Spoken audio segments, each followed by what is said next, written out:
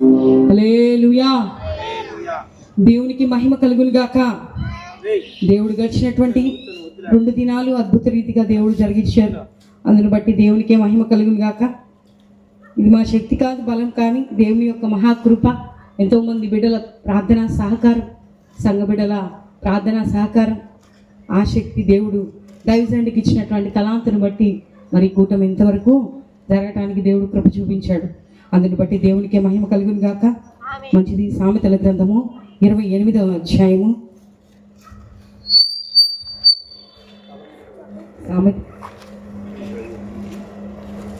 సామెతల గ్రంథము 28వ అధ్యాయము 20వ వచనంలో ఒక మాట ధ్యానం చేద్దాము.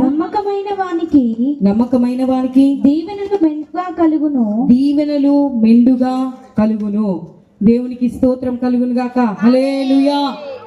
దేవుడు ఈ మాట ద్వారా మనందరినీ దర్శించును గాక. దేవుడు వాక్యం సెలవిస్తా ఉంది, నమ్మకమైన వానికి దీవెనలు మెండుగా కలుగును. ఈ రాత్రి కాల సమయంలో కూడి ఉన్నటువంటి మనందరితో కూడా దేవుడు మాట్లాడుతూ ఉన్నారు. ఆయనట మనకి దీవెన అనుగ్రహిస్తాడట. ఎలాగంటే చాలినంత కాదు, లేకపోతే చూడండి కొన్ని సందర్భాల్లో తలగొట్టి మనం బియ్యం పోస్తూ ఉంటాం. అలా తలగొట్టి కూడా కాదు. దేవుడు అంటున్నాడు సమృద్ధిగా దీవెనలు మనకి దయచేస్తాడు. ఈ రాత్రి కాల సమయంలో కుడి వచ్చినటువంటి మనందరం కూడా దేవుడు మనల్ని ఆశీర్వదించాలని, దేవుడు మనల్ని దీవించాలని, మరి ముఖ్యంగా ఈ 2025వ సంవత్సరం దేవుడు మనకి ఆశీర్వాదకరంగా దీవెనకరంగా ఉంచుతాడని, ఎన్నో దీవెనలు మనం పొందుకోవాలని ఆశతో 2025లోనికి మనం అందరం కూడా అడుగుపెట్టాం. అయితే ఈ రాత్రికాల సమయంలో దేవుడు కూడా ఆయన దీవించడానికి సిద్ధంగా ఉన్నాడు. ఆయన అంటాడు కదా, మీరు ఆశీర్వాదానికి వారసులుగా ఉండటానికే మీరు పిలువబడ్డారన్నారు దేవుడు. దేవునికి మహిమ కలుగును గాక. కాబట్టి మనం ఎవరయ్యా అంటే ఆశీర్వదించబడినటువంటి జనాంగము ఇశ్రాయేలు ప్రజలు. దేవుడు ఏ విధంగా యాకోబుని ఆశీర్వదించి నా స్వాస్యమని దేవుడు యాకోబును అటు రీతిగా దేవుడు తన స్వాస్యంగా ఏర్పాటు చేసుకున్నాడో, ఈ రాత్రికాల సమయంలో మనము కూడా ఆత్మ సంబంధమైనటువంటి ఇశ్రాయేలుమే. దేవుడు మనల్ని ఏర్పాటు చేసుకున్నాడు. దేవుడు మనల్ని ఎన్నిక చేసుకున్నాడు. దేవుడు ఆయన మహాకృప చొప్పున మనల్ని లోకంలో నుంచి దేవుడు ప్రత్యేకించుకున్నాడు. అంత మాత్రమే కాదు, నిన్ను కోరుకున్నాడు, నిన్ను ప్రేమిస్తూ ఉన్నాడు. ఆయన నిన్ను ప్రేమించాడు కాబట్టి ఇక్కడికి మనం రాగలిగాం. దేవునికి స్తోత్రం. ఏదో మన ఆలోచన చొప్పునో ఏదో మరొక విధంగా రాలేదు, కానీ దేవుడు నిన్ను ప్రేమించాడు కాబట్టి ఈ రాత్రి కాల సమయంలో ఈ సభలకి దేవుడు నిన్ను నడిపించాడు. ఆ నడిపించిన దేవుడు అంటూ ఉన్నాడు, నేను మెండుగా దీవెనలు నీకు కుమ్మరిస్తాను. ఎలాగట మెండుగా? ఎలాగట? కొంచెం కాదు, లేకపోతే చాలంత, లేకపోతే తలగొట్టి కాదు, బొట్టాబొట్టిగా కాదు, సమృద్ధిగా. చూడండి, మనం ఎక్కడికైనా ఏదైనా కూటానికి వెళ్తాం, ఎవరైనా పలహారం ఇస్తూ ఉంటే మనం ఏం ఆలోచన చేస్తామంటే, ఆ పలహారము మనం ఒక్కళ్ళమే తీసుకుందాం అనుకుంటామా? ఇంటి దగ్గర ఉన్నటువంటి పిల్లలు గుర్తుకొస్తారు, ఇంటి దగ్గర ఉన్నటువంటి రానటువంటి ఆ భార్య గుర్తుకొస్తుంది, లేకపోతే భర్త గుర్తుకొస్తాడు. వీళ్ళందరికీ కూడా ఏం చేస్తాం? ఆ పలహారము తీసుకొని వెళ్తాం. ఒకటి అనుకుంటే కాదు, 4, 5. అంటే మనం ఏం కోరుకుంటున్నామంటే ఇంకా మరింతగా. అలాగే దేవుడు కూడా ఈ రాత్రి కాల సమయంలో నిన్ను మెండుగా దీవించాలని కోరుకుంటా ఉన్నాడు. మెండైన దీవెనలు నీ పైన కుమరించాలని దేవుడు ఇష్టపడుతూ ఉన్నాడు. మరైతే ఆ మెండైన దీవెనలు పొందుకోవటానికి దేవుడు అక్కడ చిన్న మాటను ఆయన పెట్టాడు. సొలొమోను అద్భుతంగా రాశాడు. దేవుడు ఎంత కృపనిచ్చాడంటే ఆ సొలొమోను ఆ మాటలు ఒక్కొక్కటి చదువుతా ఉంటే ఎంత సంతృప్తిగా అనిపిస్తుందంటే, దేవుడి వాక్యం ఎటువంటిదంటే అది శక్తి కలిగినది, 2 అంచుల ఖడ్గం. అది కనుక చదవగలిగినట్లయితే మన జీవితాలు బాగుపడిపోయినట్లే. లేకపోతే మన జీవితాలు చక్కదిద్దుకోవటానికో, లేకపోతే మన జీవితాలు ఎలాగా నడిపించుకోవాలో తెలియని వారికి, ఈ సమయంలో మనం ఎలాగ నడుచుకోవాలో తెలియదు అని పరిస్థితులు ఎదుర్కొంటున్నటువంటి వారికి మనం కనుక బైబిల్ చదవగలిగినట్లయితే, చదువు వచ్చిన వారి గురించి అది కనుక మనం చదవగలిగినట్లయితే దేవుడు ఖచ్చితంగా మనల్ని నడిపిస్తాడు. హల్లెలూయా. దేవునికి స్తోత్రం. ఆయన మనల్ని నడిపించే దేవుడు. కీర్తనకారుడు అందుకనే రాశాడు ఆ మాట, నీ వాక్యమే నా పాదములకు దీపము, నా త్రోవకు వెలుగైనదని రాశాడు ఆయన. అంటే ఏంటి? దేవుని వాక్యమే మనకి త్రోవ చూపిస్తుంది. దేవుని వాక్యమే మన పాదములకు దీపమై ఉన్నది. అటు వాక్యమైనటువంటి దేవుడు ఈ రాత్రి మనందరితో కూడా మాట్లాడుతూ ఉన్నాడు. ఆయన వాక్యమైన దేవుడు. ప్రకటన గ్రంథంలో యోహాను భక్తుడు రాస్తా ఉన్నాడు, ఆయనకట వాక్యం అనే పేరు పెట్టబడి ఉన్నదట. ఆ వాక్యమైనటువంటి దేవుడు ఈ రాత్రి కాల సమయంలో నీతో మాతో మనందరితో కూడా ఇక్కడ మాట్లాడుతూ ఉన్నారు, సూటిగా మాట్లాడుతూ ఉన్నారు. దేవుడు ఆయన మెండైన దీవెనలు కురిపిస్తారట. మరి ఎవరికి అనుగ్రహిస్తావయ్యా? మేమందరం కూడా వచ్చాం కదా, ఇక్కడ ఆసక్తితో వచ్చాం కదా, దీవెనల కోసమే, ఆశీర్వాద కోసమే మేము ఇక్కడికి వచ్చాం కదా. మరి ఎవరికి అనుగ్రహిస్తావా దీవెనలు అంటే దేవుడు వాక్యంలో ఒకటి సొలొమోను రాశాడు, నమ్మకమైన వానికి. దేవునికి మహిమ కలుగును గాక. నమ్మకమైన వానికట, నమ్మకమైన వానికి. ఎవరు నమ్మకమైన వారు? ఎవరు నమ్మకమైన వారు? మన భక్తి జీవితంలో మనకి ఎవరయ్యా మాదిరి అంటే యేసు ప్రభుల వారే. స్వయాన పరమ తండ్రి మనకి మాదిరి అయినారు.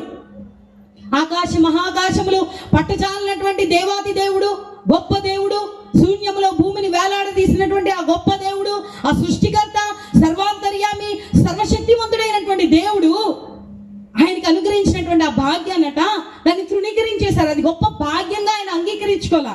ఎందుకంటే నేను ప్రేమించాడు కాబట్టే ఆయన శరీరధారిగా భూమి మీదకి దిగి వచ్చారు. ఆ ప్రేమ చొప్పునే నీ కొరకు ఆయన ప్రాణం పెట్టారు. ఆయన ప్రేమించి ప్రాణం పెట్టడమే మాత్రమే కాదు, ఆయన మనకి మాదిరి కూడా చూపించాడు. మన బ్రతుకులు ఎలా కట్టుకోవాలో, మన జీవితాలు ఎలాగ ఉండాలో, మనం ఎలాగ నడుచుకోవాలో, ఏ పరిస్థితుల్లో ఎలాగ జీవించాలో అనేటువంటి విషయంలో ఆయన అంటాడు, నేను మీకు మాదిరినై ఉన్నాను. ఎలా ఉన్నాడంట యేసు ప్రభుల వారు మనకి? అక్క ఎలా ఉన్నాడంట లక్ష్మక్క? మాదిరికరంగా ఉన్నాడు. ప్రతి విషయంలో కూడా ఆయన మనకి మాదిరి అయి ఉన్నాడు. ఎలాగ మాట్లాడాలి, ఎలాగ నడుచుకోవాలి, ఎలాగ జీవించాలి, మళ్ళా జ్ఞాపకం చేస్తా ఉన్నా, అన్ని విషయాల్లో ఆయన మనకి మాదిరి అయి ఉన్నాడు. మరి నమ్మకం విషయంలో మరి ఆయన నమ్మకంగా జీవించాడా అంటే వాక్యం సెలవిస్తా ఉంది. ఆయన గురించి ఒక మాట ఉంది, ఏమని ఉందంటే ఆయన నమ్మదగిన వాడట. దేవునికి స్తోత్రం, హల్లెలూయా. ఆయన నమ్మదగిన వాడని దేవుడు వాక్యం సెలవిస్తా ఉంది. ఆయన ఎంతైనా నమ్మదగిన వాడు. తండ్రికి నమ్మకంగా జీవించాడు ఆయన. ఎవరికి నమ్మకంగా జీవించాడు? తండ్రికి నమ్మకంగా జీవించాడు. తండ్రి చిత్తాన్ని చేయడానికి భూమి మీదకి వచ్చాడు. అంత మాత్రమే కాదు, తాను ఎవరినైతే ప్రేమిస్తున్నాడో ఈ సర్వమానవాళ్ళని ప్రేమిస్తున్నాడు కాబట్టి వారి విషయమై ప్రాణం పెట్టే విషయంలో కూడా ఆయన నమ్మకంగానే ఉన్నాడు. సమరయ స్త్రీ విషయంలో ఆయన అంటాడు, తండ్రి చిత్తము చేయటమే ఆయనకి ఆహారం అని రాశాడు అక్కడ.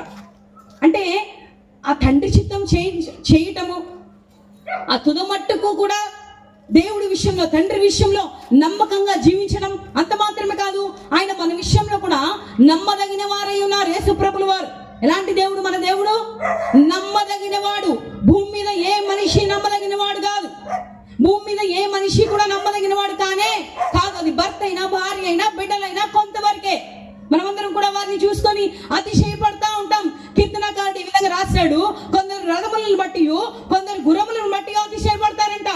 అంటే వారికి కలిగిన దాన్ని బట్టి, నాన్న వాటిని తొలై, వాటికి కలిగిన దాన్ని బట్టి అతిశయపడతా ఉంటారు. వారి శక్తి కానీ, వారి బలం కానీ, వారి అండబలం కానీ, వారి కండబలం కానీ, వారి టాలెంట్ కానీ ఏదైనా సరే దాన్ని బట్టి చాలా మంది అతిశయపడతా ఉంటారు. అయితే మనము దేన్ని బట్టి అతిశయపడాలని రాసిందంటే మన దేవుడైనటువంటి యెహోవాని బట్టి, మన తండ్రిని బట్టి, మనం కలిగి ఉన్నటువంటి దేవుణ్ణి బట్టి మనము అతిశయపడే వారంగా ఉండాలి. దేవునికి స్తోత్రం. ఆయనట నమ్మదగినవాడు. ఆయన నమ్మదగినవాడు కాబట్టి నమ్మకం విషయంలో ఆయన మనకి మాదిరికరంగానే ఉన్నాడు. ఆయన మాదిరికరంగా ఉండి ఆయన అంటున్నాడు, మీరు ఎలాగ ఉండాలంటే నమ్మకమైన వారిగానే బ్రతకాలి. దేవునికి స్తోత్రం. ఎలాగ కోరుకుంటూ ఉన్నాడు. ఈ 2025 సంవత్సరంలో అందరూ కూడా డిసెంబర్ 31వ తారీఖు లేకపోతే జనవరి 1వ తారీఖు అందరూ కూడా వాగ్దానాలు తీసుకున్నారా? తీసుకోలేదా? నేను తీసుకోలేదన్న వాళ్ళ చేతులు ఎత్తండి. తీసుకోలేదా వాగ్దానం? దేవునికి స్తోత్రం. మ్యాక్సిమం 99% అందరం కూడా వాగ్దానాలు తీసుకున్న వారమే. వాగ్దానం తీసుకున్నాం దేవుడి నుంచి. అయితే దేవుడికి ఏమని వాగ్దానం చేశాం? వాగ్దానం తీసుకున్నాం దేవుని దగ్గర నుంచి. అయితే మనము దేవుని కొరకు ఈ 2025 సంవత్సరంలో ఏమని తీర్మానం చేసుకున్నాము? ప్రభువా, నువ్వు నా నాకు ఈ వాగ్దానం ఇచ్చావు, ఈ వాగ్దానాన్ని నేను స్వతంత్రించుకున్నట్లు నాకు సహాయం చేయన్నావు, మంచిదే. అయితే ఈ వాగ్దానాన్ని నేను స్వతంత్రించుకోలాగిన నేను నీ విషయంలో కూడా ఒక వాగ్దానం చేస్తా ఉన్నాను తండ్రి. నేను నీ కొరకు ఇలాగ బతుకుతాను, నా బ్రతుకుని ఇలాగ జాగ్రత్తగా చూసుకుంటాను అని నువ్వు దేవుని కొరకు ఈ 2025లో ఏమన్నా తీర్మానం చేసుకున్నావా? ఇన్కమింగే కానీ అవుట్ గోయింగ్ లేదని మా పాస్టర్ గారు ఎప్పుడు చెప్తా ఉంటారు. ఓన్లీ ఇన్కమింగే. జరగకంట ఏమున్నాయట అన్న ప్రియాంక? ఇమ్ము ఇమ్ము అనే కూతురులు ఉన్నాయట. అలాగే దేవుడి దగ్గర నుంచి అది ఇవ్వయ్యా, ఇది ఇవ్వయ్యా, అది కావాలయ్యా, ఇది కావాలయ్యా, ఇది కావాలయ్యా, ఎప్పుడు కూడా ఇవ్వు ఇవ్వు ఇవ్వు అనే. కానీ నువ్వేమిస్తావు దేవునికి? దేవుడు కోరుకుంటుంది హృదయాన్ని, దాన్ని కూడా చెత్త చెదారం మొత్తం పనికిమాలవన్నీ దాంట్లోనే పెట్టుకుంటాం. పెదవులతోనే మనం దేవుణ్ణి ఆరాధిస్తూ ఉంటాం, పెదవులతోనే దేవుణ్ణి గణపరుస్తూ ఉంటాం. దేవుడు అంటాడు, ఈ మనుషులు పెదవులతో నన్ను ఆరాధిస్తూ ఉన్నారు, వారి హృదయాలు మాత్రం నాకు దూరంగా ఉన్నాయంట. ఏంటన్నా సమయనా? హృదయాలు ఎక్కడ ఉన్నాయంట? దూరంగా ఉన్నాయట. పెదవులతో మాత్రం భక్తి పరులంలాగా మనము చక్కగా అలాగా తెల్లబట్టలు వేసుకొని నోటితో దేవుణ్ణి స్తుతిస్తూ ఆరాధిస్తూ అన్ని భాషలతో మాట్లాడుతూ దేవుణ్ణి మహిమపరుస్తూ ఉంటాం. అయితే మన హృదయాలట దేవునికి దూరంగా ఉన్నాయట.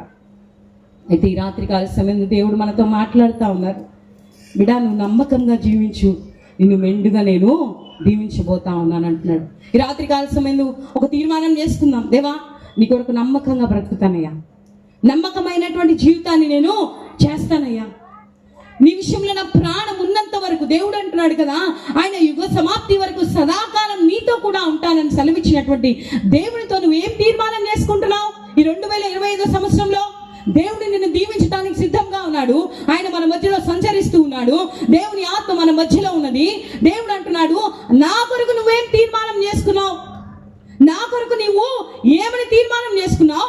నాకు ఏ వాగ్దానం చేస్తున్నావు? దేవుడు అడిగితే ఏం చెప్తావు? ప్రభా నువ్వు ఇచ్చావు కదా వాగ్దానం, మళ్ళా నేను నీకు ఇచ్చేదేంటయ్యా అంటావా? దేవుని కొరకు జీవించే విషయంలో మనం ఒక తీర్మానం చేసుకునే వారంగా ఉండాలి, ఒక వాగ్దానం చేసుకునే వారంగా ఉండాలి బిడ్లారా. కాబట్టి 2025 సంవత్సరంలో దేవుడు దీవించడానికి సిద్ధంగా ఉంటున్నాడు. అయితే దేవుడు అంటున్నాడు, నమ్మకమైన వానికి దీవెనలు మెండుగా కలుగును. దేవునికి స్తోత్రం. ఏ విషయంలో మనం నమ్మకంగా ఉండాలి? త్వరగా కొన్ని మాటలు జ్ఞాపకం చేస్తాను. మొదట, దేవుడు మనకిచ్చినటువంటి గొప్ప విషయం ఏంటయ్యా అంటే, గొప్ప భాగ్యం ఏంటయ్యా అంటే, దేవుడు మనకు అనుగ్రహించినటువంటి గొప్ప ధన్యత ఏంటి?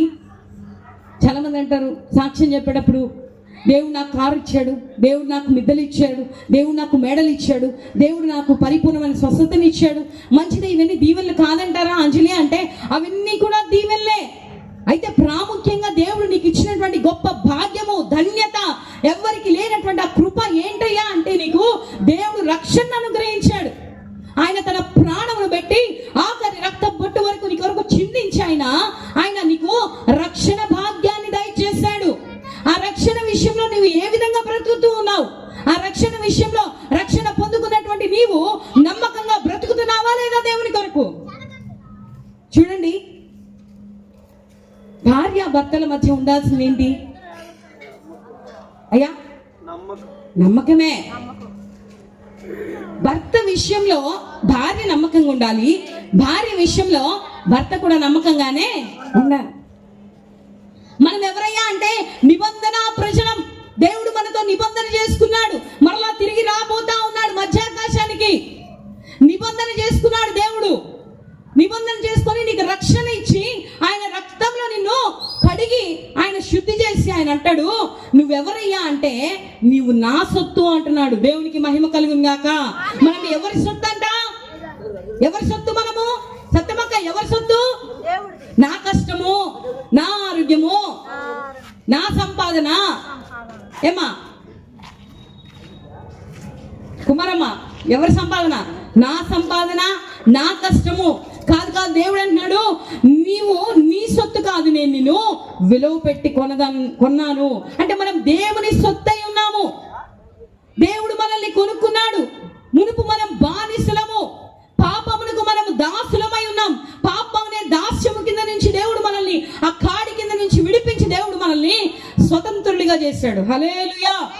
మునుపు 1949 వరకు మనము బానిసంగా ఉన్నాం బ్రిటిష్ ప్రభుత్వానికి. అవునా? స్వతంత్రం గురించి అందరికీ ఐడియా ఉండే ఉంటుందిగా. వారు మనల్ని బానిసలుగా చేసుకున్నారు. ఆ 1949 ఆగస్టు 15 నుంచి వాళ్ళు మన ప్రభుత్వాన్ని అంటే మన రాజ్యాన్ని మరలా తిరిగి మనకు అప్పగిచ్చేసి వాళ్ళు వెళ్ళిపోయారు. ఆ నాట నుండి ఏంటయ్యా అంటే మనకి విడుదల. దాన్ని మనం ఆగస్టు 15న స్వతంత్ర దినోత్సవంగా జరుపుకుంటాం. అవునా కదా? హిస్టరీకి వెళ్ళట్లేదు కానీ నాకు అంత పెద్దగా తెలియని కూడా తెలియదు. ఆ ఒక్క విషయం తెలుసు, పుట్టినప్పటి నుంచి స్వతంత్రం గురించి చెప్తా ఉంటారు కాబట్టి ఆ ఒక్క విషయాన్ని జ్ఞాపకం చేస్తూ ఉన్నాను. కాబట్టి అప్పుడు మనం ఆ బానిసత్వం నుండి, ఆ బానిసపు సంఖ్యల నుండి మనం విడుదల పొందాం. ఇప్పుడు మనం స్వతంత్రమై ఉన్నాం. అలాగే మునుపు మనం ఎవరయ్యా అంటే పాపమునకు దాసులమై ఉన్నాం. మనం దేనికి దాసులమై ఉన్నాం? పాపము చేయవాడు పాపను మునుకు ఏమైనాడు? దాసుడై ఉన్నాడు. ఆ పాపం అనే దాస్యము కింద మనము, ఆ కాడి కింద మనం నలకొట్టబడుతూ ఉన్నాం. ఐగుప్తు ప్రజలు, ఇశ్రాయేలీయులు ఏ విధంగా ఐగుప్తులో ఇనప కొలిమితో పోల్చాడు దేవుడు. ఇనప కొలిమిలో ఏ విధంగా వాళ్ళు బానిస సంఖ్యల చేత కట్టబడిపోయి ఆ ఇనప కొలిమిలో భయంకరమైనటువంటి శ్రమలు అనుభవిస్తున్నారో, అలాగే మనం కూడా ఐగుప్తు లోకానికి సాదృశ్యం. మనం కూడా లోకంలో పాపముతోను, శాపముతోను, అపరాధములతోను చచ్చిన వారమై ఉండగా దేవుడు ఆయన అమూల్యమైనటువంటి రక్తం ఇచ్చి, నిష్కలంకమైనటువంటి రక్తం ఇచ్చి, దేవుడు మనల్ని ఆయన రక్తము చేత కడిగి మళ్ళా ఆ దాస్యత్వము కింద ఆ కాడి కింద మనల్ని ఉంచుక ఆయన రక్తం ఇచ్చి దేవుడు మనల్ని కడిగి మనల్ని ఇప్పుడు స్వతంత్రులుగా చేశాడు. దేవునికి మహిమ కలుగును గాక. హల్లెలూయా. ఎవరయ్యా అంటే మనం ఇప్పుడు స్వతంత్రులమై ఉన్నాం, విడుదల పొందిన వారము, విమోచించబడిన వారము. ఎవరు మనము? విమోచించబడిన వారము, విడిపించబడిన వారము. ఆయన బిడ్డలమై ఉన్నాం, ఆయన ప్రజలమై ఉన్నాం, ఆయనకి ప్రియులైనటువంటి వారమై ఉన్నాం. దేవునికి స్తోత్రం. హల్లెలూయా. కాబట్టి అటు రీతిగా రక్తంలో కడిగి రక్షణ ఇచ్చినటువంటి దేవునికి నమ్మకంగా బ్రతుకుతున్నావా లేదా? నిన్ను నువ్వు ప్రశ్న వేస్తావు, ఎవరు ప్రశ్న ఎక్కర్లా. నువ్వు ఫలానా అని నిన్ను అడగక్కర్లేదు, నన్ను ఫలానా అని నాకు చెప్పక్కర్లేదు. నేనేంటో నాకు తెలుసు, నేనేంటో నాకు తెలుసు, నీవేంటో కూడా నీకు తెలుసు. అందుకనే పౌలు గారు స్వపరీక్ష చేసుకోమన్నాడు. ఏం చేసుకోమన్నాడు? స్వపరీక్ష చేసుకోమన్నాడు. బాలమ్మాంటి మనం ఎలాగున్నామో, నిలబడినాడు ఎలాగున్నాడో మనల్ని మనం స్వపరీక్ష చేసుకోవాలి. కాబట్టి రక్షణ పొందుకున్నటువంటి నీవు ఎప్పుడు రక్షణ పొందుకున్నావు అంటే 5 ఏళ్ళైంది, 10 ఏళ్ళైంది, 30 ఏళ్ళైంది, 30 ఏళ్ళ సీనియారిటీ ఉంది. ఆ రక్షణని కొనసాగించుకుంటున్నావా? రక్షణని వదిలేసి ఇష్టానుసారంగా ఆ రక్షణ వస్త్రానికి మట్టంటింది, దుమ్మంటింది, ధూళంటింది, పోని మరకలు దానికి అంటున్నాయి. వీళ్ళారా ఎంతో మంది రక్షణ విషయంలో నమ్మకం పోగొట్టుకున్న వారిగా, దేవుని విషయంలో నమ్మకంగా జీవించలేని వారిగా ఉన్నారు. అంత మాత్రమే కాదు, రెండో మాట, దేవుడు చేసినటువంటి కార్యముల విషయంలో, దేవుడు ప్రేమను రుచి చూపించిన తర్వాత, దేవుడు ఆకర్షించిన తర్వాత ఎంతో మంది బిడ్డలు దేవుని సన్నిధికి వస్తారు. వ్యాధుల్లో, బాధల్లో, సమస్యల్లో, ఇరుకుల్లో, ఇబ్బందుల్లో ఆయనట బంధింపబడిన వారిని విడిపించే దేవుడై ఉన్నాడు. గుడ్డివారి కన్నులు తెరవజేయవాడై ఉన్నాడు. ఎట్టి వ్యాధిగ్రస్తులైనా స్వస్థపరిచే దేవుడై ఉన్నాడు. అటు రీతిగా దేవుడి సన్నిధికి వచ్చినటువంటి నిన్ను దేవుడు ప్రేమించి నీ జీవితంలో ఎన్నో అద్భుత కార్యాలు, ఆశ్చర్య కార్యాలు, ఊహకందని కార్యాలు దేవుడు నీ జీవితంలో జరిగిస్తే తిని మూతుడుచుకునేటువంటి వారు ఉంటారు. ఎరగనని అర్థమవుతుంది సాంబయ్యన్న? ఎంతో మంది తిని నేను తినలేదే అంటారు. ఏం చేస్తాం, ఇంకా తినలేను అన్న వాళ్ళని ఏమి చేయలేము. అట్లాగా దేవుడి కార్యాలు అనుభవించి కూడా మేమేమి చూడలేమన్నట్టుగా మరలా తిరిగి పంది గనక మరలా ఆ బురద గుంట్లో దొరికినట్లుగా మరలా వెనక్కెళ్ళిపోయి పాత జీవితాన్ని, కుక్క తన వాంతికి తిరిగి మరలా ఆ వాంతి వైపు తిరిగి ఆ నాకటానికి ప్రయత్నించినట్లుగా మరలా అదే పాత జీవితం, మరలా అదే నూత జీవితం. కార్యముల కొరకే కార్యములు చేయడా ఆయన నమ్మదగిన వాడు. మరలా జ్ఞాపకం చేస్తా ఉన్నా, దేవుడు ఖచ్చితంగా కార్యం జరిగిస్తాడు. మరలా అలాగా దేవుడు ప్రేమించి అంత గొప్ప కార్యాలు నేను నా అనుభవంలో చెప్తాను. ఎంతో మంది బిడ్డలు జీవితాల్లో దేవుడు ఎన్నో కార్యాలు చేశాడు. కొంతమంది బిడ్డలేమో స్థిరపడ్డారు, కొంతమంది బిడ్డలేమో వెనక్కి వెళ్ళిపోతూ ఉంటారు. కార్యం పొందుకొని వెనక్కి వెళ్ళిపోతూ ఉంటారు. బిడ్డారా, మనం వెనక్కి వెళ్ళే వారంగా ఉండకూడదు. ఒక అద్భుతమో, ఒక స్వస్థతో, ఒక విడుదలో, ఏదన్నా కానీ ఆ కార్యం నిన్ను రక్షణ దాకా తీసుకెళ్లాలనేది దేవుని యొక్క ఉద్దేశం. దేవుడు నిన్ను విడిపించాలనే ఆయన యొక్క ఉద్దేశమైంది. దుష్టుడు దుష్టత్వం నుండి మళ్లించబడటమే దేవుని చిత్తమై ఉన్నది. అంతేకాని మళ్ళా నువ్వు ఆ పాత జీవితానికి వెళ్ళటం దేవుని యొక్క ఉద్దేశం కాదు. కాబట్టి ఈ రాత్రికాల సమయంలో ఒక మొదటి మాట నేను జ్ఞాపకం చేస్తా ఉన్నాను. బిడ్డలారా, నీవు పొందుకున్న రక్షణ విషయంలో నువ్వు ఏ విధంగా బ్రతుకుతూ ఉన్నావు, లేకపోతే దేవుడు నీ జీవితంలో చేసినటువంటి కార్యముల విషయంలో నువ్వు ఏ విధంగా ఉంటున్నావు? నమ్మకంగా బ్రతుకుతున్నావా? దేవుడు అంటున్నాడు, నమ్మకమైన వారికి దీవెనలు మెండుగా కలుగును అంటున్నాడు. రెండో మాట మనం చూసుకున్నట్లయితే, భయభక్తులు గల వారిని దేవుడు ఆశీర్వదించుతా అన్నాడు. 128వ కీర్తన కదా మా ప్రియాంక. యెహోవా యందు భయభక్తులు గల వారిని ఈ విధంగా ఆశీర్వదిస్తా అన్నాడు. ఎవరినంట? ఆయన యందు భయభక్తులు గలవారిని. ఎవరైతే భయం కలిగి, ఎవరైతే భక్తి కలిగి దేవుణ్ణి సేవిస్తున్నారో, ఎవరైతే గడగడ వణుకుచు దేవుని సన్నిధికి వస్తూ ఉన్నారో, ఎవరైతే ఆ పునరుద్ధానపు ఆరాధనందు దేవుని సన్నిధికి పరిగెత్తుకుంటూ వస్తున్నారో, ఎవరైతే భయం కలిగి దేవుణ్ణి ఆరాధిస్తున్నారో, ఎవరైతే భయం కలిగి భక్తి కలిగి దేవుణ్ణి సన్నిధిలో వారు గడుపుతూ ఉన్నారో, అట్టి బిడ్డల్ని ఆయన నమ్మకమైన వారితో పోలుస్తూ ఉన్నాడు. కీర్తన గ్రంథం 1వ అధ్యాయంలో ఈ విధంగా రాయబడి ఉంది కదా, దుష్టుల ఆలోచన చొప్పున నడవక, పాపుల మార్గమున నిలవడక, అపహాసకులు కూర్చుండ చోటన కూర్చుండక, యెహోవా ధర్మశాస్త్రం నందు ఆనందించుచు దివారాత్రము దాన్ని ధ్యానించువాడు ధన్యుడు. హల్లెలూయా, దేవునికి స్తోత్రం. అట్టి బిడ్డడు ధన్యుడంట. అట్టి బిడ్డడికి దేవుడు అంటున్నాడు కదా, భలా నమ్మకమైనటువంటి మంచి దాసుడా, నమ్మకమైన వానికి మెండైన దీవెనలు కలుగును. అతడు ఎక్కడున్నాడట? నీటి కాలువల యోరం నాటబడినదై ఆకు వాడక తన కాలమందు ఫలమిచ్చు చెట్టు వలె ఉన్నాడట. దేవునికి మహిమ కలుగును గాక. దేవుడు అట్టి ధన్యతను, అట్టి కృపను ఎవరికి అనుగ్రహిస్తున్నాడంటే, ఎవరైతే ఆయన యందు భయము కలిగి భక్తి కలిగి, యెహోవా యందైన భయము పవిత్రమైనది. దేవుని యందు భయము ఎలాంటిదంట సిరి? అది పవిత్రమైనది. నేను పాపంలోనికి తీసుకెళ్ళి, అమ్మో నా దేవుడు నన్ను చూస్తున్నాడు, అమ్మో నా దేవుడు నన్ను పరిశీలిస్తూ ఉన్నాడు. ఎవరు చూసినా చూడకపోయినా భయం కలిగి మనమట పాపం చేయకుండాలని కీర్తనకారుడు సెలవిచ్చాడు. భయం కలిగి ఉండాలి. రెండోది భక్తి. ఆప్షనల్ అండి. మందిరం ఈ రోజున పిలవటానికి నాకే సిగ్గేస్తా ఉంటది, కానీ దేవుడు అన్నాడు బలవంత పెట్టు అన్నాడు దేవుడు నన్ను. ఆదివారం ఆరాధన జ్ఞాపకం చేయాల్సిన పరిస్థితి. కొంతమంది అంటారు, ఏంటంటే ఆదివారం రాలేదు, ఏంటమ్మా ఆదివారం రాలేదు, ఏంటల్లి ఆదివారం రాబుద్ధి కావట్లేదండి అంటారు. నాకు అనిపించింది మనసులో, వాళ్ళు ఏమన్నా అనుకోని దేవుని స్తోత్రం, దేవుడు నన్ను క్షమించాలి. దయ్యం పడితే ఎందుకు వస్తారు? దయ్యం పడితే రానిచ్చిద్దా మందిరానికి? దయ్యం పడితే ప్రార్థన చేయనిచ్చిద్దా? ఏమంటది? వద్దుపో, టీవీ పెట్టుకోపో అంటది. వద్దుపో. పరిచయంలో కూడా మాకు చాలా సందర్భాల్లో వెనక పీకుతా ఉంటాడు సాతాను. మీకే కాదు బిడ్డలారా, ఇప్పుడు ఏమెళ్తావులే పరిచర్యకి, రెస్ట్ తీసుకో, ఇప్పుడు ఏమెళ్తావులే లేకపోలే, పొద్దున్న తెల్లవారుజామున ఎంత కష్టమో, వద్దులే వద్దులే వద్దులే వద్దులే. ఏం చేస్తుంది సాతాను? అది బలహీనపరచు దురాత్మ. అది బలహీనపరుస్తూ ఉంటుంది. అది దురాత్మ ప్రేరేపించి మనల్ని చల్లారిపోయేటట్లు చేస్తుంది. ఇల్లు వెచ్చని భక్తి జీవితం చేసేటట్లు చేస్తుంది. అటు వెచ్చగా కానీ ఇటు చల్లగా కానీ. ఏం సత్తమక్క, అటు ఇటు కాకుండా ఏం పోతావులే, వాళ్ళకి తెలియదైంది మన పరిస్థితి ఏంటో. పనికి అంటే వచ్చేవాళ్ళందరూ పిచ్చోళ్ళు. వచ్చేవాళ్ళందరూ ఆఫీసర్లు ఉంటారు, కలెక్టర్లు ఉంటారు, కూలి పని చేసుకునే వాళ్ళు ఉన్నారు. వచ్చే వాళ్ళందరూ ఏమో పాపం వేరే వాళ్ళు, వాళ్ళకేం తెలియదు. వాళ్ళకి నీలాంటి టాలెంట్ వాళ్ళకి లేదు.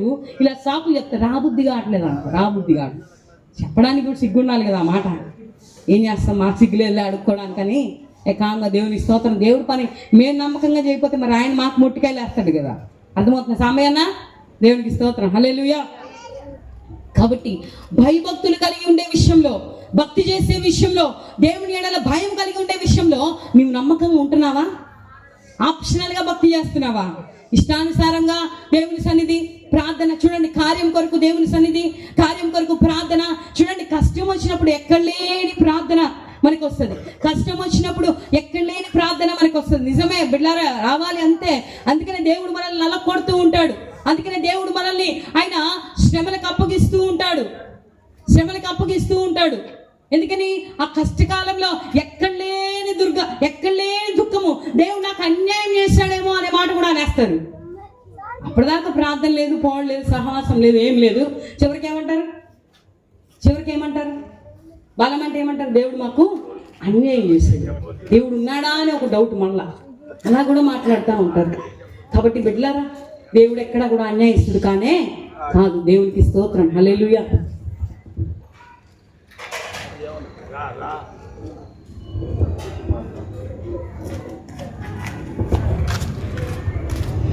దేవునికి మహిమ కలుగును గాక. కాబట్టి దేవుని యందు, రెండో మాట, దేవుని యందు భయము కలిగి, భక్తి కలిగి, భయభక్తులు కలిగి జీవించే విషయంలో నమ్మకంగా బ్రతుకుతున్నామా లేదా? దేవుడు వాగ్దానం స్వతంత్రించుకోవటానికి రాత్రి మనందరం కూడా అర్హులమే. మరలా జ్ఞాపకం చేస్తా ఉన్నాం, బిడ్లారా, దేవుడు నిన్ను ఆశీర్వదించడానికే దేవుడు నిన్ను పిలిచాడు ఈ రాత్రి కాల సమయంలో. అయితే భయభక్తులు కలిగి ఉండే విషయంలో నమ్మకంగా బ్రతుకుతున్నామా లేదా? మనల్ని మనం ప్రశ్న వేసుకుందాము. దేవుడు వాక్యం సెలవిస్తుంది, మోసపోకుడి, దేవుడు వెక్కిరించబడడు. ఎవరు వెక్కిరించబడేది? పిల్లలు మోసం చేస్తూ ఉంటారు, చదువుకున్నాం చదువుకోలేదు అన్నట్టుగా, వెళ్ళామని వెళ్ళలేదని. లేకపోతే మనం కూడా అటువంటి స్థితిలో నుంచి వచ్చిన వారిని. బిడ్డారా, నేను కాదనట్లేదు. ఎవరు మోసపోతారు? అబద్ధాలు చెప్పడాన్ని బట్టి ఎవరికి మోసం? అన్నయ్య సప్పీరా అబద్ధాలు చెప్పి ఎవరిని మోసం చేశారు? పేతురు గారిని మోసం చేశారా? వాళ్ళే మోసం చేసుకున్నారా? కోమలి, వాళ్ళకి వాళ్ళే. అందుకనే దేవుడి వాక్యం తేటగా ఉంది. దేవుడు తేటగా సెలవిస్తా ఉన్నాడు, మోసపోకుడి, దేవుడు విక్రించబడ్డాడని దేవుడి వాక్యం సెలవిస్తా ఉంది. కాబట్టి బిడ్డలారా, నిన్ను మోసం చేసుకోవాకు. ఇంత భక్తి జీవితం చేసి, ఒక సామెత ఉంది కదా, ఇంత బతికి ఇంటి వెనకాల కుక్క సాగు వచ్చినట్టంట. కాబట్టి ఇంత భక్తి జీవితం చేసి, ఎంతోమంది చేత మాటలు, ఎంతో నిందలు, అవమానాలు, ఎంతోమంది బిడ్డలు ఎంతో కష్టమైనటువంటి పరిస్థితిలో దేవుని నమ్ముకున్నటువంటి వారు ఉన్నారు. ఎంతోమంది నిందలు అనుభవించేటువంటి వారు కూడా ఉన్నారు. అలాంటి కష్టతరమైనటువంటి పరిస్థితులు ఏం మనకు లేదుగా. గొంతు మీద కత్తి పెట్టి చర్చికి వెళ్తే నేను చంపేస్తామన్న వాళ్ళు ఎవరైనా ఉన్నారా? నాకు చెప్పండి ఒక మాట. అమ్మ, అట్లా అన్న వాళ్ళు ఎవరైనా ఉన్నారా? నువ్వు క్రైస్తవుడు కాదని చెప్పు, లేకపోతే నేను తొక్కి చంపేస్తానన్న వాళ్ళు ఎవరైనా ఉన్నారా? అలా లేదు కదా. మనం ఎంత కృపలో ఉన్నామంటే, నిజంగా ఆంధ్రప్రదేశ్ ఎంత దీవించబడిందో. పరిశుద్ధులు, సేవకులు ఎంతోమంది ఘనమైన సేవ చేశారు. అందుకనే మనం ఈ రాత్రి కాల సమయం ఇంత విచ్చలవిడిగా దేవుణ్ణి ఆరాధించుకోగలుగుతున్నాం. దేవునికి స్తోత్రం కలుగును గాక. హల్లెలూయా. కాబట్టి బిడ్డలారా, దేవుని సన్నిధిలో ఎలా గడుపుతూ ఉన్నావు? నమ్మకంగా ఉంటున్నావా లేదా? నమ్మకమైనటువంటి బిడ్డగా జీవిస్తున్నావా లేదా?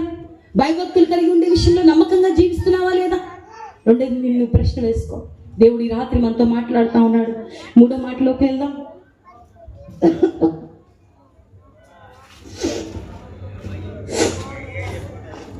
మూడో మాట, దేవుడు మనకు అనుగ్రహించినటువంటి బాధ్యత. ఆయన తన బాధ్యతను పరిపూర్ణంగా నెరవేర్చాడు. తండ్రి, ఇదిగో నా ఆత్మను నీ చేతికి అప్పగించుకుంటున్నాను అన్నాడు. దేవునికి స్తోత్రం. హల్లెలూయా. ఆయన తన జీవితాన్ని, తన బ్రతుకును ఒక పరిశుద్ధమైనటువంటి జీవితం చేసి, ఒక పరిపూర్ణంగా దేవుడు జీవించి తన ఆత్మను దేవునికి అప్పగించుకుంటూ ఉన్నాడు. కాబట్టి బిడ్డలారా, దేవుడి వాక్యం సెలవిస్తా ఉంది, ఆరంభము కంటే ముగింపు శ్రేష్టమైనదట. హల్లెలూయా. అమ్మా, మనం ఎలా ఉండాలంటే, నేను ఎప్పుడు ప్రార్థన చేసుకుంటుంటా. ఆ వాక్యం చదివినప్పుడల్లా నాకు చాలా భయం వేస్తూ ఉంటుంది.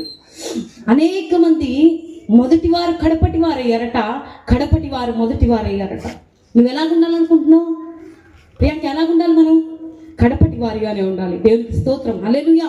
ఎప్పుడు మొదటి స్థితికి మూల పాఠములు తట్టు మరలా తిరగనేలా అని దేవుడు వాక్యం సెలవిస్తా ఉంది బిడ్డలారా.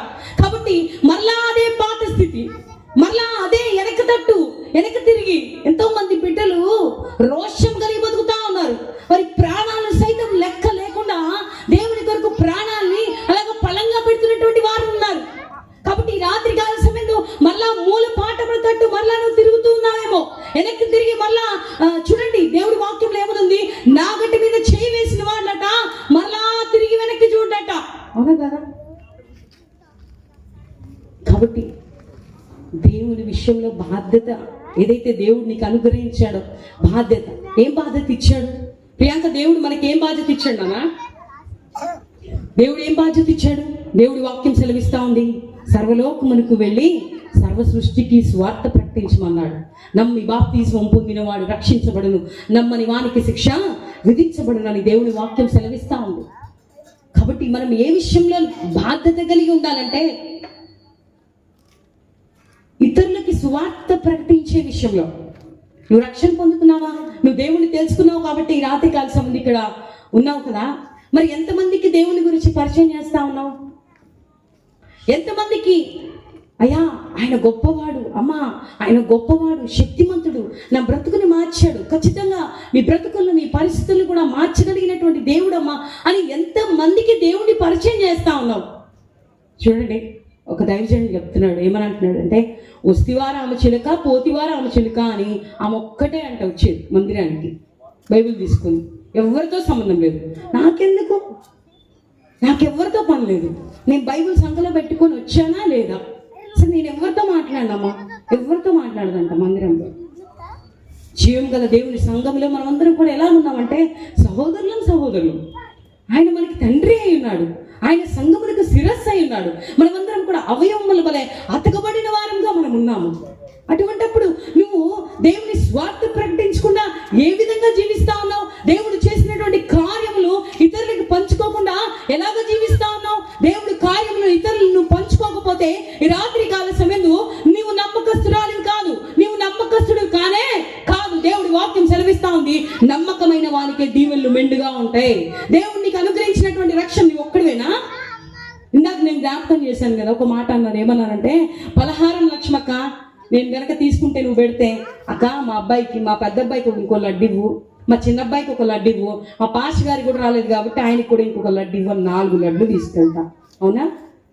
మరి రక్షణ నువ్వు ఒక్కదానివే పొందుకున్నావు, మరి పిల్లల పరిస్థితి ఏంటి, అన్న పరిస్థితి ఏంటి?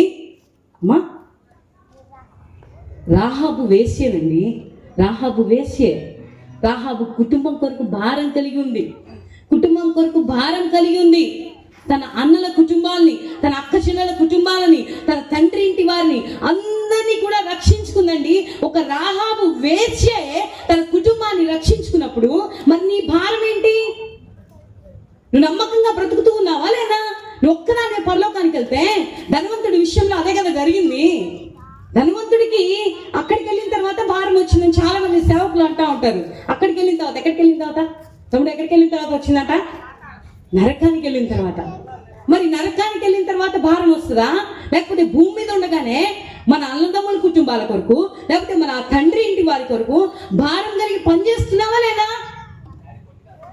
మరి రాత్రి కాల సమయంలో స్వార్థ ప్రకటించే విషయంలో నేను నమ్మకం ఉంటున్నానా లేదా? పనిచేసే చోట, వ్యాపారం చేసే చోట, లేకపోతే ఎక్కడైనా సరే నువ్వు నిలబడిన చోట ఏ పనన్నా చెయ్యి, అక్కడ ఉన్నటువంటి నీ యజమానుడికో చుట్టుపక్కల వారికో దేవుడిని పరిచయం చేస్తున్నావా లేదా? దేవుడు అడుగుతాడు, చెప్పగలిగావా లేదా? వారందరూ రేపు రొమ్ముకుంటుకుంటారు, నాకెందుకు చెప్పలేదని. ఏం సమాధానం చెప్తావు? ఏదైనా మనం సమాధానం చెప్పుకోవాల్సి వస్తే అక్కడికి వెళ్ళిన తర్వాత ఇంకేం ఉండదు మనం మాట్లాడటానికి. లక్ష్మక అక్కడ ఉంటుంది అవకాశం ఏం లేదు. కాబట్టి మనము బాధ్యత విషయంలో నమ్మకంగా ఉండాలి. ఆయన ఏ విధంగా అయితే భారం కలిగి, బాధ్యత కలిగి ఆయన దప్పిక ఉంచున్నాను అన్నాడు కదా, నశించిపోతున్న ఆత్మల కొరకైన దాహం కలిగి ఉన్నాడు కదా. సమరయ స్త్రీ విషయంలో మళ్ళా జ్ఞాపకం చేస్తున్నా, అట్టి దాహము అట్టి ఆకలే కలిగి ఉన్నాడు కదా. మరి నీకెట్టి ఆకలి ఉంది, నీకెట్టి దాహం ఉంది? అయ్యో, నా కళ్ళ ముందరే చూడండి, చాలా మంది కమ్యూనిటీ కోసం పోరాడుతూ ఉంటారు. నా కులం. నీ కులంలో ఎంతమంది రక్షించబడ్డారు? నీ కులం నీ కళ్ళ ముందర నీ ఇంటి పేరిటోళ్ళు, నీ బంధువులు పోతా ఉంటే, వాళ్ళందరూ పాపంలో పడి ఏడుస్తూ ఉంటే, వాళ్ళు నరకానికి నాన్ స్టాప్ బస్ ఎక్కినట్టుగా నీకు కనపడతా ఉంటే, నీ కళ్ళ పడి నీళ్ళు వస్తున్నాయా? లేకపోతే నాకెందుకులే ఇలా ఎట్లా పోతే నాశనమైన నాకు పర్లేదు అనుకుంటున్నావా? అమ్మా, కాబట్టి రాత్రికాల సమయంలో నమ్మకంగా ఉంటున్నామా లేదా? అలాగే కుటుంబ జీవితంలో కూడా మా దేవుని భర్తగానో, భార్యగానో, బిడలుగానో, తల్లిగానో, తండ్రిగానో దేవుడు నీకు ఎట్టి బాధ్యతను అనుగ్రహించాడు. భూమి మీద మా ఎట్టి బాధ్యతను అనుగ్రహించాడు. ఏ ఇంట్లో నేను నిలబెట్టాడో ఆ విషయంలో నమ్మకంగా బ్రతుకుతున్నామా లేదా? భార్య నమ్మకంగా బ్రతకాలి, భర్త నమ్మకంగా బ్రతకాలి, బిడ్డలు నమ్మకంగా బ్రతకాలి. దేవుడు వాక్యం సెలవిస్తుంది, అవిశ్వాసి అయినటువంటి భార్యకి విశ్వాసి అయిన భర్త ఉంటే అతని యొక్క భక్తి జీవితాన్ని బట్టి ఈమె పరిశుద్ధపరచబడుతుంది. లేకపోతే ఆమె గనక విశ్వాసి అయితే, ఇతడు గనక అవిశ్వాసి అయితే ఆమెను బట్టి ఇతడు కూడా పరిశుద్ధపరచబడతాడని రాయబడింది. లేకపోతే పిల్లలు అపవిత్రులు అవుతారని దేవుడు వాక్యం సెలవిస్తా ఉంది. పేతురు గారు కూడా రాస్తారు కదా, ఒక మాట చదువు, ప్రియాంక చదువు మాట్లాడతామని.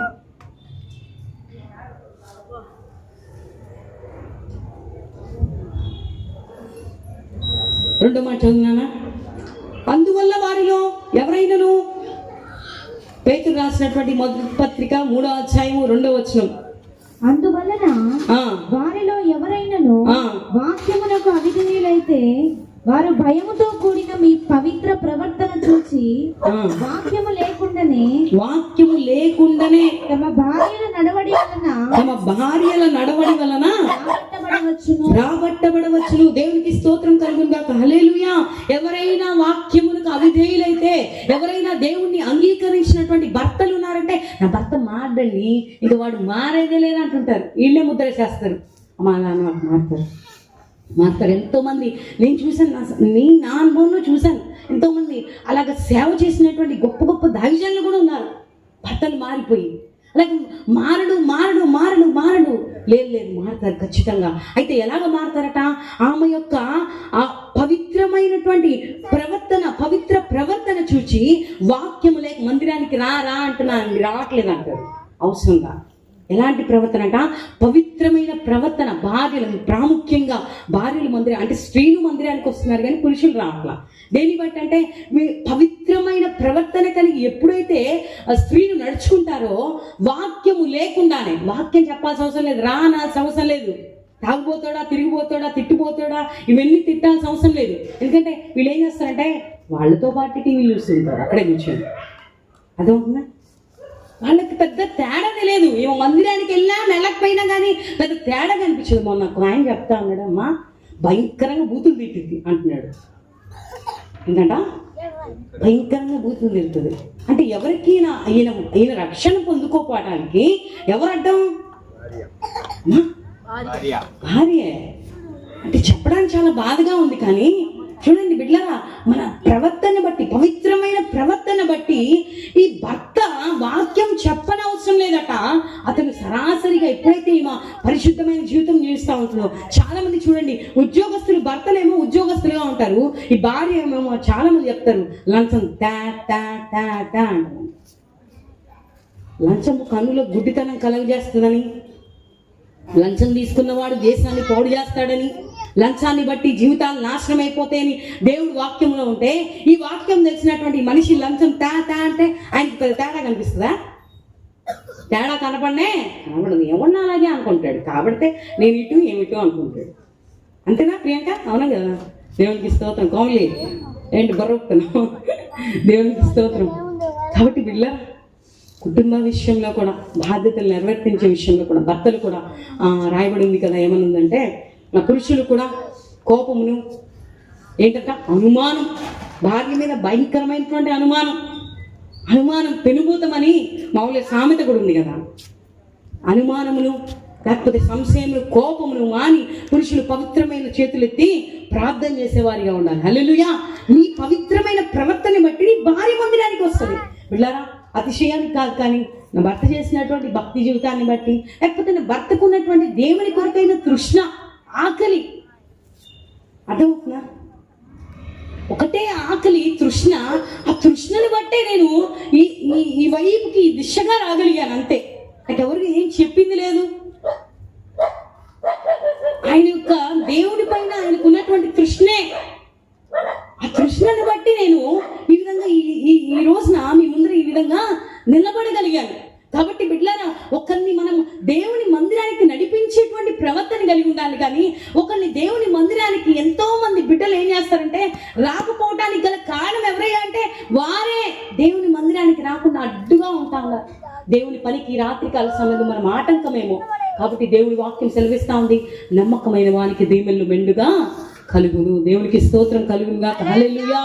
మొదటిగా దేవుడు ఇచ్చినటువంటి రక్షణ విషయంలో, దేవుడు చేసినటువంటి కార్యముల విషయంలో నమ్మకంగా జీవించాలి. రెండోదిగా దేవుని యందు భయభక్తులు కలిగి నమ్మకంగా జీవించాలి. మూడోదిగా సువార్త ప్రకటించే విషయంలో నమ్మకంగా జీవించాలి. కుటుంబ విషయంలో దేవుడు నీకు ఏ బాధ్యతనైతే అనుగ్రహించాడో భూమి మీద, ఒక భర్తగానో, భార్యగానో, బిడ్డగానో, తల్లిగానో, తండ్రిగానో, ఆ విషయంలో కూడా నమ్మకంగా జీవించాలి.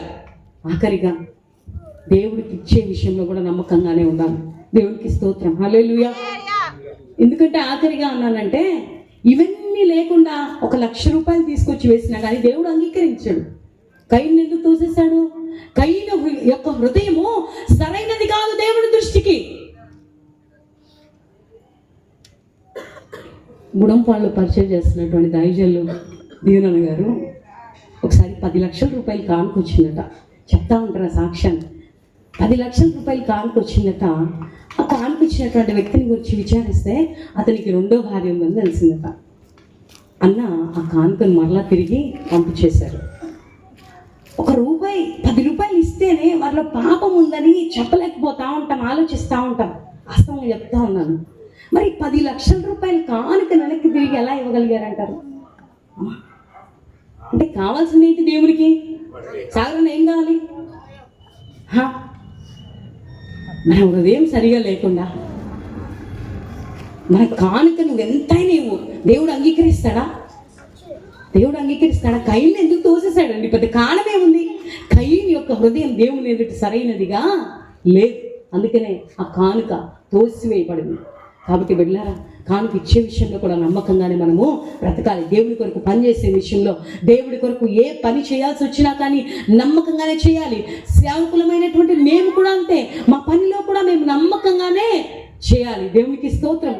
కాబట్టి రాత్రి ఆలస్యమైంది, దేవుడి వాక్యం సెలవిస్తా ఉంది, నమ్మకమైన వానికి దీవెనలు మెండుగా కలుగును. నమ్మకమైన వానికి. ఆఖరిగా ఒక మాట చెప్పి నేను ముగించేస్తా ఉన్నాను. నువ్వు ఏ పని చేసినా కానీ, ఏ పనైనా, వ్యాపారమా, ఉద్యోగమా, ఏదైనా సరే, ఏ పనైనా సరే నమ్మకంగానే చేయాలి. చూడండి, వ్యాపారం చేస్తారు, అన్నీ మనవే. రైల్వే ఆస్తులు మన ఆస్తులు అన్నట్టుగా, అయ్యారు పెద్ద అయ్యారు, రైల్వే ఆస్తులు మన ఆస్తులు అన్నట్టుగా నమ్మకంగానే మనము జీవించాలి, నమ్మకంగానే బ్రతకాలి.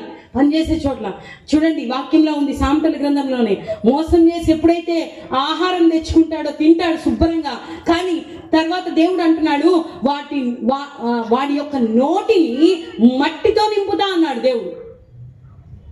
దేంతో అంట? తెచ్చుకున్నప్పుడు బాగానే ఉంటుంది. యెషయా గ్రంథంలో ఉంటుంది, నువ్వు మోసం చేసేంత వరకు బాగానే ఉంటుంది. ఒక రోజు నువ్వు మోసం చేయటం ఆపేస్తావే, ఆ రోజు నిన్ను మోసం చేయటం ప్రారంభిస్తారు. ఎవరు? ఇక నువ్వు తిరిగి తట్టుకోలేనంత. ఒకంటే నువ్వు చేసింది 10 అంతలు నువ్వు కోల్పోవాల్సి వస్తుంది. అసలు 10 అంతలు కోల్పోవాల్సిన అవసరం మనకేంది? దేవుడు వాక్యం సెలవిస్తా ఉంది, నమ్మకమైన వారికి దీవెనలు మెండుగా కలుగును. రక్షణ విషయంలో, భయభక్తులు కలిగి జీవించే విషయంలో, దేవుడు చేసినటువంటి కార్యములను కృతజ్ఞత కలిగి జీవించే విషయంలో, కానుక సమర్పించే విషయంలో, బాధ్యతలు నిర్వర్తించే విషయంలో, ఆఖరిగా మనం ఏ పని చేస్తున్నామో ఆ పనిలో కూడా మనం నమ్మకంగానే జీవించాలి. రాత్రికాల సమయం 2025లో దేవుడు నిన్ను దీవించడానికి సిద్ధంగా ఉన్నాడు. నమ్మకమైన వానికి దీవెనలు మెండుగా కలుగునుగాక. ఆమేన్. హల్లెలూయా. దేవునికి స్తోత్రం.